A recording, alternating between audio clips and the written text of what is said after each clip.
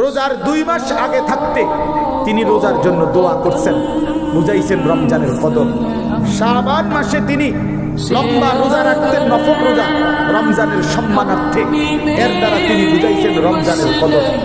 রমজানের উপরে নবী এত বেশি ফজিলতপূর্ণ হাদিস বলছেন, বারবার উম্মত রমজান জান্নাতের দুয়ার খুলে দেয়, জাহান্নামের দরজা বন্ধ করে, শয়তানকে শিকলে বন্দী করে, পেছনের গুনাহ মাফ করে। শুরুটা রহমত, মাঝখানে মাগফিরাত, শেষে নাজাত। সবে কদর 1000 মাসের রাতের চাইতে উত্তম। একটা নফল একটা ফরজের সমান, একটা ফরজ 70টা ফরজের সমান। একজন রোজাদারকে সামান্য ইফতারি করাইলে পূর্ণ রোজার সওয়াব। এভাবে কত শত ফজিলত নবীজি বারবার বারবার বারবার বারবার বলছেন। 3টা মাস লাগাতার বলে গেছেন, নিজে গুরুত্ব দিয়ে গেছেন।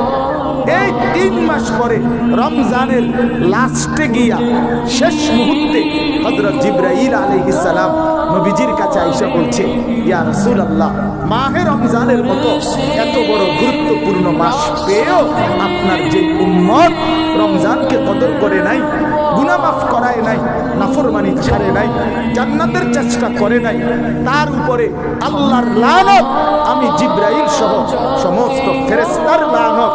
খোদার কসম বাপ, এই রাহমাতুল লিল আলামিন নবী 23 বছর দিবানিশি যিনি উম্মতের জন্য কাঁদছিলেন, আজকে তিনিও মনের কষ্টে তিনিও বলছে আমিন। জিবরাইল, আমিও গ্রহণ করলাম, আমি মুহাম্মদের লানত তুলব।